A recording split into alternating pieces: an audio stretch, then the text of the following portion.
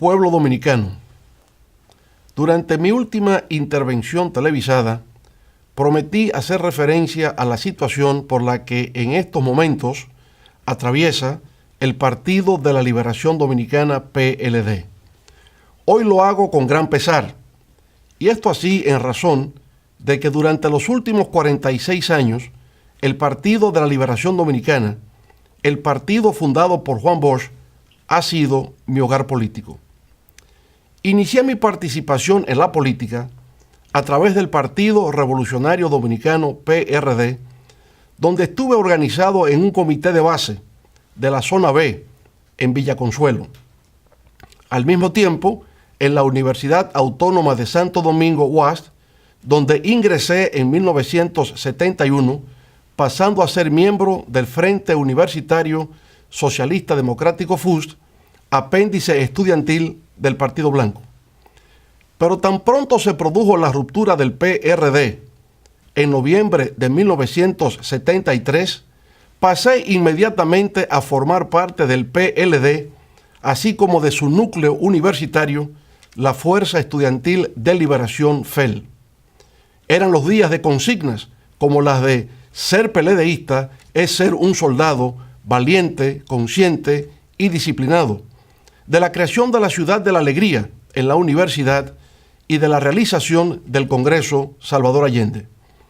A decir verdad, cuando miro hacia atrás, reconozco que el PLD ha sido clave en mi vida.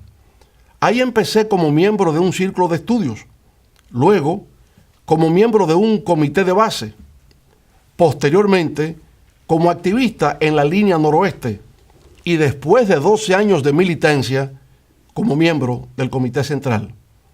Escribía para el periódico Vanguardia del Pueblo, donde era responsable de su sección internacional. Durante varios años fui director de la revista política Teoría y Acción. En adición, llegué a desempeñar los cargos de secretario de prensa y secretario de Asuntos Internacionales. Toda esa experiencia ha sido recogida en mis libros, Años de Formación y Años de Avance. En el PLD pude conocer y tratar a personas maravillosas, de vida pulcra y espíritu patriótico. Establecí relaciones con seres humildes, con líderes sindicales, con campesinos, profesionales, comerciantes, músicos, poetas, pintores. En fin, tuve el inmenso placer de desarrollar vínculos con personas íntegras, sensibles, laboriosas, impulsadas tan solo por el único deseo de ser parte de un hermoso proceso de transformación económica, social y política en la República Dominicana. Naturalmente, la gran suerte de mi vida fue haber tenido el honor y privilegio de establecer unos lazos afectivos de trabajo y amistad con uno de los más destacados pensadores y líderes políticos de la época contemporánea, no solo de nuestro país, sino de América Latina y el mundo, el profesor Juan Bosch. Esa relación me transformó para siempre. A través de sus escritos aprendí a conocer sus ideas y comprender el mundo. Leía con avidez sus textos y quedaba tan impactado que hasta me aprendía de memoria párrafos enteros de sus libros, como por ejemplo, Crisis de la Democracia de América en la República Dominicana, Dictadura con respaldo popular y el pentagonismo, sustituto del imperialismo. Pero compartir con él, escuchar sus análisis y comentarios sobre diversos temas, oír sus recomendaciones, asimilar sus enseñanzas, esa fue la gran experiencia que no solo me brindó una orientación, sino que le proporcionó sentido y significado a mi existencia. En las elecciones de 1994 fui candidato a la vicepresidencia en la boleta electoral que por última vez llevó el maestro Juan Bosch como aspirante a la presidencia de la República. Más rápido de lo previsto, 2 años más tarde, en 1996, ostentando la representación del Partido de la Liberación Dominicana, subía por vez primera las escalinatas del Palacio Nacional. Lo hacía con orgullo, con ilusión, porque comprendía que nuestra generación había encontrado la gran oportunidad histórica para introducir cambios trascendentales en la vida nacional. Así lo hicimos. ese primer gobierno del PLD, de 1996 al 2000, fue para muchos un gobierno ejemplar. Constituyó un nuevo capítulo en la historia nacional. No solo simbolizó un cambio generacional en la vida política del país, sino una transformación sustancial en la calidad de los servicios, la modernización y el progreso del pueblo dominicano.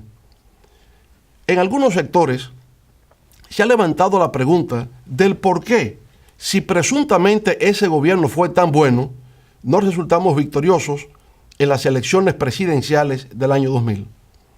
A eso también respondí en su momento diciendo, los que no saben por qué perdimos es porque nunca entendieron por qué ganamos.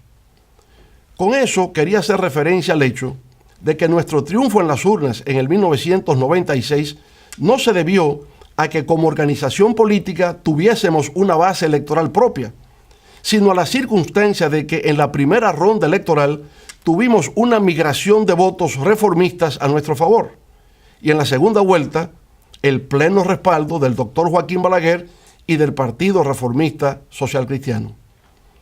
En la construcción de una base social propia de apoyo electoral, el PLD alcanzó su clímax en el 1986, cuando conquistamos el 18% de los votos. 4 años después, en 1990, cuando hasta ese momento obtuvimos nuestro mayor índice de desempeño electoral, alcanzamos cerca del 35% del respaldo popular. Pero ese 35% no era enteramente nuestro. Había un segmento importante de ese núcleo de electores que había migrado del PRD hacia nuestra organización con la intención de procurar un triunfo sobre el Partido Reformista Social Cristiano. En las elecciones siguientes de 1994 sufrimos el único descenso electoral luego de que en 1978, cuando solo conquistamos el 1% de la votación, empezamos a crecer en cada proceso electoral siguiente, alcanzando el 9% en 1982, el 18% en 1986 y a cerca del 35% en 1990, como acabamos de señalar. La gran conversión del PLD en la principal organización política del país, luego de que el profesor Bosch plantara su semilla, empezó realmente a tener lugar en ese gobierno de 1996-2000. En las elecciones presidenciales del año 2000, logramos alcanzar cerca del 25% de los votos. Hasta entonces, en toda la historia del PLD, nunca habíamos conquistado tal nivel de votación contando con nuestra propia base social de apoyo. Para el 2002, a pesar del llamado ciclón batatero, que le proporcionó al PRD el dominio de las cámaras legislativas y un gran número de alcaldes, lo cierto es que ese partido en tan solo 2 años descendió de un 49% de las votaciones a un 42%, mientras el PLD ascendió de un 25%, como acabamos de indicar, a un 33% de apoyo de los electores. Así pues, para el 2002 ya el Partido Morado representaba el 33% del electorado nacional. 2 años después, en 2004, con motivo de la devaluación del peso dominicano, la hiperinflación y el colapso del sistema financiero, generados durante el gobierno del PRD, retornamos al poder con casi el 58% de los votos bajo la consigna que repercutió por todos los confines de la República de "epa fuera que van". A partir de ese momento, el Partido de la Liberación Dominicana se transformó en la más exitosa organización política de la historia nacional. Desde entonces ha cosechado 6 triunfos electorales consecutivos, por encima del 50% en los niveles congresuales, municipales y presidenciales, todos, insisto, por encima del 50%. Si a eso se añade la primera victoria de 1996, entonces serían 7 de las 9 elecciones que se han celebrado en el país durante los últimos 23 años. Como me correspondió el honor de encabezar el primer triunfo del 1996 y desde el 2002 hasta la fecha, he sido presidente del PLD, esto es, desde hace 17 años, puedo afirmar, sin caer en ningún acto de inmodestia, que he estado en el corazón o en el centro de por lo menos 6 de esas 7 victorias. Distinguidos televidentes, a pesar de que dentro del PLD, como en cualquier organización política, siempre abundan los conflictos, los que actualmente afloran dentro de las filas del Partido Morado nada tienen que ver, por lo menos de mi parte, con un tema de egoísmo o lucha de poder, como a veces erróneamente se afirma a través de los medios de comunicación. Tienen que ver más bien con lo que considero son problemas de valores, principios, actitudes y comportamientos en la vida política. Y el primero de esos valores y principios se refiere a su vez a la Constitución de la República. Durante mi primer periodo de gobierno, el doctor Joaquín Balaguer, pensando de buena fe en el futuro del país, me propuso formalmente la realización de una reforma a nuestra Carta Magna con la finalidad de presentarme a una reelección presidencial en el año 2000 para un segundo periodo consecutivo. Agradecí en los mejores términos esa propuesta por parte de esa leyenda de la política nacional que es el doctor Balaguer, pero opté por declinarla, indicándole al viejo líder que en la historia de los pueblos de América Latina y de la República Dominicana, cada vez que un hecho así ocurre, genera fuertes tensiones políticas, dando origen a gobiernos dictatoriales. Así pues, en lugar de proceder a una modificación de la Constitución, lo que hice fue lo que tenía que hacer como buen PLDista: apoyar sin reservas, con toda mi fuerza, al entonces candidato presidencial de nuestro partido y actual presidente de la República. No tuvimos éxito, como hemos referido, pero fue por la circunstancia de no haber podido reproducir los factores que permitieron el acceso al poder en el 1996. Ahora bien, en esos comicios del año 2000, los resultados finales fueron 49.8% en favor del candidato del PRD y 24.7% en respaldo del candidato del PLD. Eso significaba, desde el punto de vista legal, que tenía que realizarse una segunda ronda electoral. Eso así en razón de que para ser proclamado como ganador, el candidato del PRD requería alcanzar el 50% más 1 de los votos. No los había conquistado, pero de hecho había ganado, pues en la percepción pública ya se vislumbraba como tal. En ese contexto, nuestro candidato, que, insisto, solo había capturado cerca del 25% del electorado, presionaba a la dirección del partido para que se formara una comisión del comité político a los fines de visitar al doctor Balaguer, en procura de conquistar su apoyo para una segunda ronda electoral. El anciano caudillo reformista, viendo la realidad del cuadro que se presentaba, desestimó la propuesta. No hubo segunda vuelta y el candidato del partido del Hacho fue finalmente proclamado como ganador. Lo que cabe observar aquí, sin embargo, como característica, es la obstinación frente a lo imposible del entonces candidato y hoy presidente de la República. Fue la primera vez que puso en evidencia ese rasgo conductual de no comprender los límites de las cosas, sino considerar que, por mera voluntad, todo es posible. Para el 2004 resultaba incontrovertible que yo sería el candidato, no solo del PLD, sino del país, para terciar en los comicios presidenciales de ese año, que ganamos en forma arrolladora. Al fin y al cabo, era el único referente viviente con experiencia para gerenciar el Estado, que entonces se encontraba sumergido en una grave situación de crisis. En el 2007, el actual presidente renunció a su cargo de secretario de Estado de la Presidencia para intentar obtener la candidatura presidencial por el PLD. Todas las encuestas de aquella época me presentaban como virtual ganador en las primarias del partido. Ninguna indicaba lo contrario. Era natural que así fuese.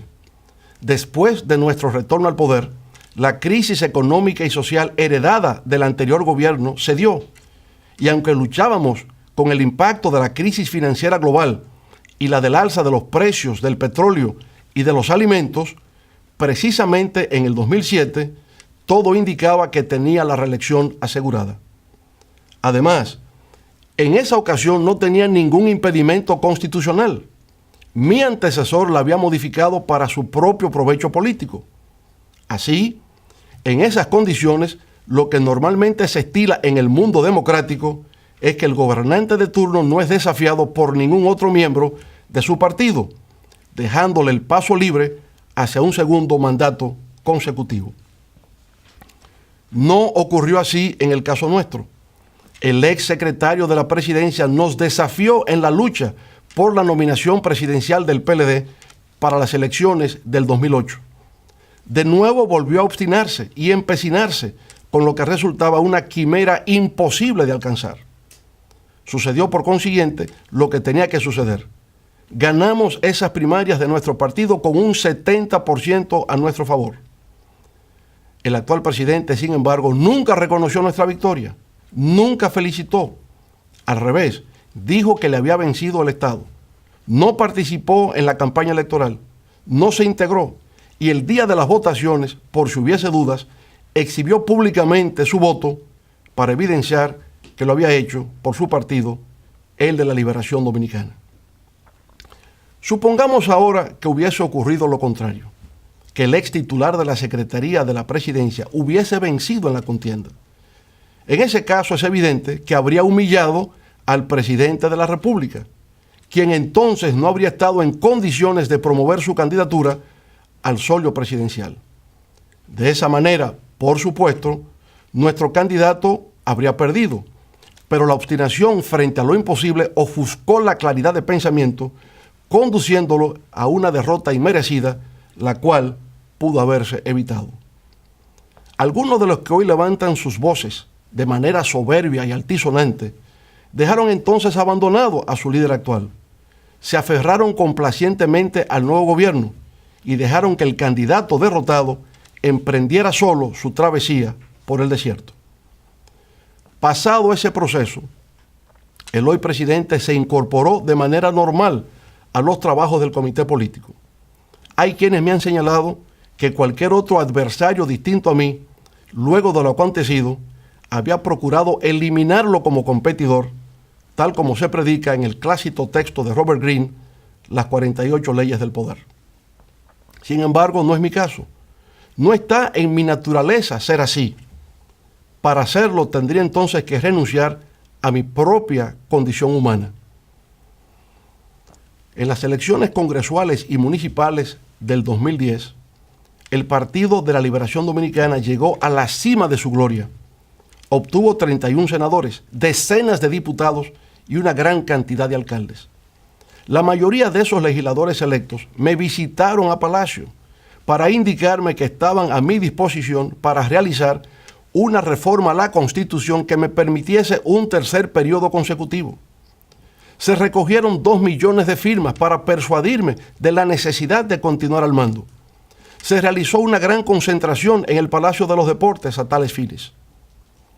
En mi intervención, sin embargo, dejé claro, sin titubeo alguno, que endosaba esos 2 millones de firmas al partido, debido a que la Constitución de la República me impedía una nueva reelección. Se aproximaban las nuevas elecciones presidenciales del 2012. El actual presidente de la República no marcaba bien en las encuestas. La primera dama, Margarita, por el contrario, se encontraba en una posición de preferencia. En una de las decisiones más difíciles de mi vida, le solicité a ella, sin embargo, que abandonase su legítimo derecho a aspirar por la candidatura presidencial, dejándole así al presidente el camino despejado para la obtención de su candidatura a la primera magistratura del Estado. Si en aquel momento hubiese intentado imponer a la primera dama como candidata, sabía lo que ocurriría. El partido se habría dividido, habríamos perdido las elecciones y yo habría sido el responsable histórico de esa derrota. Luego, con 30 puntos por debajo en las encuestas frente a su antiguo rival del PRD en los comicios del 2000, le ayudamos con gran dedicación y empeño para que viera cristalizar su sueño de ver la bandera tricolor colocada sobre su pecho. Todo eso se hizo a cambio de nada. Nunca se solicitó un ministerio, una embajada o un consulado, nada. Se hizo porque así nos formamos los PLDistas auténticos. Al presidente, en su hora de penumbra, no se le empujó hacia el abismo. En los momentos en que por razones de méritos le correspondía la oportunidad, hicimos hasta lo indecible. En circunstancias en que su candidatura aún no concitaba suficiente respaldo, le servimos de apoyo. Esa ha sido siempre nuestra forma de pensar y proceder. Creo en valores y principios. Creo en el respeto a la Constitución, en la preservación de la democracia como sistema político y en la consolidación de un Estado fundado en los criterios de legalidad y legitimidad. Pero de igual manera me inclino frente al sentido del honor, de la dignidad, del decoro, del respeto, de la decencia, de la cortesía, de la amistad, del mérito y, en fin, en la ética del intercambio de las relaciones humanas. Señoras y señores, al abandonar el gobierno en agosto del 2012, mi nivel de aprobación llegaba al 74%. Pero eso, que en principio debió servir de estímulo y aliciente, obró por el contrario en mi contra. Sirvió en realidad para que mis adversarios de adentro y de afuera pusieran en ejecución una intensa y despiadada campaña de demolición moral que intentaba hacerme desaparecer del escenario político nacional al tiempo de destruir nuestro legado en beneficio del progreso y el bienestar del pueblo dominicano. El gran dramaturgo irlandés Bernard Shaw, al referirse al destacado líder revolucionario soviético León Trotsky, solía decir que era tan fiero en el combate político que podía cortar la cabeza de su adversario y exhibirla en público sangrante, pero no se permitía tocar el carácter privado de su víctima. La despojaba de todo prestigio político, pero le dejaba su honor intacto. Aquí fue todo lo contrario. Se aplicó un plan de descrédito nacional e internacional a través del cual se lanzaron mentiras, falacias, insultos, inmundicias y groserías, todo destinado a hundir mi persona y desmoronar mi imagen. Con el tiempo empezó a verse claro que ese plan de descrédito en mi contra era parte de un proyecto político bien concebido, dirigido a perpetuarse en el poder. De ahí la reforma de la Constitución en el 2015, realizada con el único propósito de hacer viable la reelección presidencial. A pesar de mi oposición a dicha reforma y a pesar del diabólico plan de destrucción al que me he referido, con la finalidad de mantener la unidad del PLD y de que se ganasen de nuevo las elecciones del 2016, puse en segundo plano mis propios valores, creencias y forma de actuar. Acepté suscribir un acuerdo de 15 puntos firmado por todos los miembros del comité político. En esa ocasión, la obstinación frente a lo imposible funcionó debido a que se actuaba desde una lógica de poder y el criterio de que la fórmula de 2 periodos de ejercicio presidencial y nunca más debería ser la norma a tomar en consideración fue aceptada por distintos sectores. Pero ese acuerdo valió de poco a la hora de ejecutar medidas que constituían una obligación a cargo del grupo oficialista. Se incumplieron de manera atropellante varios de sus acápites, incluyendo recientemente el impedimento para que el compañero Demóstenes Martínez asumiera la presidencia de la Cámara de Diputados. Ese incumplimiento, claro está, fue la reacción airada, furiosa, frente al movimiento popular que se vio compelido a tomar las calles para frustrar una segunda reforma constitucional consecutiva, la cual ni siquiera Trujillo se atrevió a realizar para continuar un tercer mandato continuo. Bajo la consigna de que la Constitución no está en venta, distintos sectores de la sociedad dominicana, desde los más humildes, como los motoconchistas, hasta profesionales de diversas ramas, artistas, religiosos, sindicalistas y empresarios, levantaron su voz de protesta. Fueron días espléndidos e inolvidables de lucha, de batallar por una causa que al menos por un instante le devolvieron a la política un sentido de mística, de dignidad y de patriotismo. Luego han venido las elecciones primarias abiertas del PLD, celebradas el pasado 6 de octubre. Esas elecciones constituyen una mancha y una vergüenza en la historia del Partido de la Liberación Dominicana. Se emplearon todas las maniobras malignas concebibles hasta llegar a convertirlas en lo que realmente son, el primer matadero electoral automatizado del siglo XXI. A pesar de haberse hecho uso en forma grosera de miles de millones de pesos, de alzarse con todo el peso institucional del Estado, de contar con el involucramiento activo de ministros, gobernadores, directores departamentales, alcaldes y militares, la fuerza del pueblo salió triunfante. La fuerza del pueblo venció al Estado, demostró que a pesar de todas las adversidades y vicisitudes, es hoy por sí misma una fuerza política respetable, con peso específico en la República Dominicana. Las fuerzas gubernamentales ni vencieron ni convencieron, y para intentar imponerse, sus miles de millones de pesos invertidos resultaron insuficientes, pues tuvieron que recurrir, en adición, a la realización de un fraude electoral. Ese fraude estuvo programado para entrar en funcionamiento desde las primeras informaciones transmitidas sobre el resultado de los cómputos, pero se aceleró e intensificó cuando con el 90% de las mesas computadas la tendencia nos proyectaba como ganador.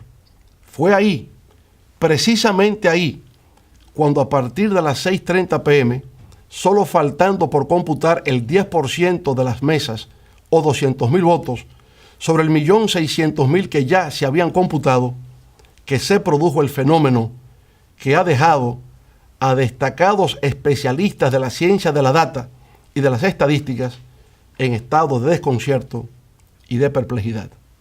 Nunca habían visto un hecho semejante. Aseguran que lo que se produjo fue por una de dos razones, por milagro o por fraude. Sostienen que lo acontecido en esa recta final de los cómputos fue algo inusual, que no parece responder a una causa natural. Esto último está dicho en lenguaje muy diplomático. En realidad, lo que se ha querido hacer significar es que lo ocurrido está más allá de la capacidad humana. Digámoslo claro, ni con el fraude que habían montado nos ganaban. A las 6:30 p.m. entraron en pánico, pisaron el acelerador y dejaron la huella del crimen. Manteniendo mesas abiertas hasta la 1:45 de la mañana del día siguiente a las votaciones, lograron que en las distantes provincias del sur votara el 70% de los electores, cuando el promedio nacional solo alcanzó el 25%. ¡Qué bárbaros! ¡Qué crimen contra el pueblo y la democracia! Ahora hemos solicitado que se haga una auditoría forense integral. Esa auditoría equivale a una especie de autopsia sobre el cadáver del fraude electoral automatizado. Exigimos que esa autopsia sea de verdad, siguiendo los estándares internacionales establecidos, que los médicos patólogos a intervenir en ese examen lo hagan en presencia de nuestros equipos técnicos y de nuestros asesores. La Junta Central Electoral no debe temer la realización de una auditoría forense, conforme a los requisitos que hemos solicitado. Nadie la ha acusado de haber causado ese fraude. Todo el mundo sabe que sus integrantes son personas íntegras y de respeto. Los causantes son otros. Por tanto, la Junta Central Electoral no pierde nada y sí ganaría mucho en autoridad y prestigio si deja que los hechos fluyan y permite que los médicos de patología informática hagan la disección al cadáver del fraude. Al hacerla, deberán cortar los tejidos y órganos en descomposición de todo el cuerpo, cabeza, tronco y extremidades, exhibir sus vísceras purulentas y establecer con precisión en el acta de defunción cuáles fueron las causas reales que provocaron la muerte por fraude del primer experimento fallido de voto automatizado en la República Dominicana. Negarle al pueblo dominicano ese derecho sería arrojar mayores sombras sobre un proceso ya de por sí enteramente desacreditado y deslegitimado. Así, pueblo dominicano, nada de lo que acabamos de narrar ha debido ocurrir. Si ha tenido lugar ha sido por la imprudencia, la tosudez y la creencia de que el poder no tiene límites, de que el poder es para usarse, de que se hace lo que conviene y de que el poder no se desafía. Pero allá en el fondo emerge una vez más como factor oculto la obstinación por hacer realidad lo que resulta imposible. En ese contexto, el gobierno se ha convertido en un ente rencoroso y vengativo. Es un gobierno que acosa, que silencia las voces que se le oponen, que presiona y que no se sonroja para atropellar. El equilibrio partidista en el PLD se resquebrajó. La facción grupal, ahora en forma de categoría de Estado, se instaló en el comité político a través de la creación de un cenáculo que para un partido de vanguardia recibió un nombre extraño e inapropiado, la OTAN. Ahí se ha creado una oligarquía de hierro, completamente desconectada de las estructuras del partido, que se reúne siempre con anticipación para llevar sus propuestas previamente acordadas al máximo organismo de dirección política. Esa oligarquía de hierro opera en forma de una casta, no tiene visión de partido, en el sentido de ser una organización que integra y representa a todos sus miembros. Se comporta en forma autoritaria. Aún en condiciones de absurdo e irracionalidad, actúa solo interesada en la defensa de sus intereses grupales. Su noción de lealtad es bastante singular. Responde al poder de un decreto presidencial. El predominio de ese estilo de conducta en los más altos niveles de dirección del partido me ha hecho comprender que, sencillamente, el PLD de Juan Bosch ya no existe. La estrella se ha eclipsado.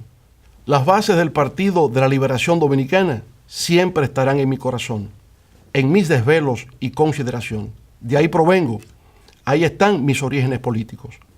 Por tanto, la conozco en su capacidad de sacrificio, de dedicación y de amor al pueblo. Donde quiera que me encuentre, esas bases del PLD recibirán siempre mi apoyo, respeto y gratitud.